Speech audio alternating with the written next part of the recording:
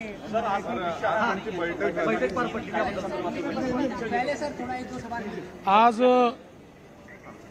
केंद्रीय गृहमंत्री श्री अमितभाई शाह यांनी जे 3 नवीन कायदे तयार झालेले आहेत त्या तिन्ही कायद्यांच्या संदर्भात एक आढावा बैठक घेतली। हे 3 कायदे तयार झाल्यानंतर राज्यामध्ये त्याची अंमलबजावणी कशी झालेली आहे, त्याच्याकरता ज्या इन्स्टिट्यूशन्स आणि इन्फ्रास्ट्रक्चर तयार करायचं होतं त्याची तयारी किती झालेली आहे आणि त्याच्या अंतर्गत आत्तापर्यंत किती केसेस रजिस्टर झालेले आहेत। महाराष्ट्राच्या वतीनं आम्ही माहिती त्यांना दिलेली आहे। महाराष्ट्रामध्ये तिन्ही कायद्यांची अंमलबजावणी चांगल्या प्रकारे सुरू केलेली आहे। त्या संदर्भात विशेषतः फॉरेन्सिक इन्फ्रास्ट्रक्चर जे आहे हे आम्ही आता मोठ्या प्रमाणात तयार करतो आहोत। त्याच्यात 27 व्हॅन्स आमच्या आलेल्या आहेत।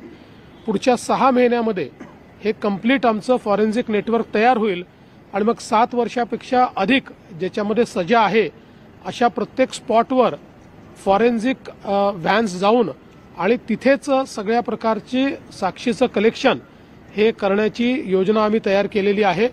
त्या संदर्भात आम्ही पूर्ण माहिती त्यांना दिली। यासोबत जवळपास आता 90% म्हणजे 2 लाखाचा आपला फोर्स आहे, त्यातल्या 90% लोकांचं ट्रेनिंग आपलं पूर्ण झालेलं आहे नवीन कायद्यांच्या संदर्भात। त्या संदर्भातली माहिती आम्ही त्यांना दिली।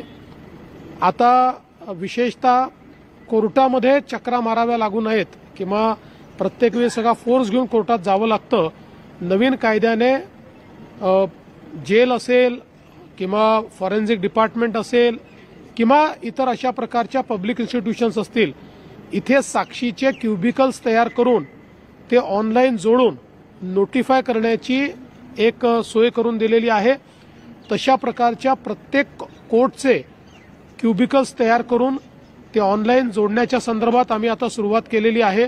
त्याची माहिती आम्ही दिली। पुढच्या 6 ते 8 महिन्यात हे काम देखील आम्ही पूर्ण करू, ज्यामुळे कोर्टातली गर्दी देखील कमी होईल आणि प्रत्येक वेळी पोलीस व्हॅन द्या, पोलीस एस्कॉर्ट द्या आणि जो काही त्या ठिकाणी आरोपी किंवा अपराधी आहे त्याला जेलमध्ये न्या, हे सगळं जेलमधनं कोर्टामध्ये न्या, अशा सगळ्या गोष्टी कमी करता येतील।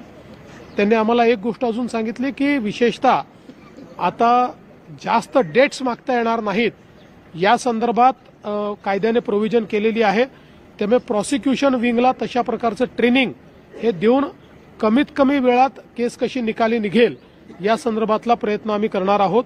मला असं वाटतं अतिशय चांगली, अतिशय सकारात्मक अशा प्रकारची ही बैठक या ठिकाणी झालेली आहे।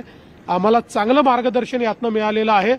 हे तिन्ही कायदे लागू करण्याच्या संदर्भात आता आम्ही अधिक वेगानं या ठिकाणी काम करू।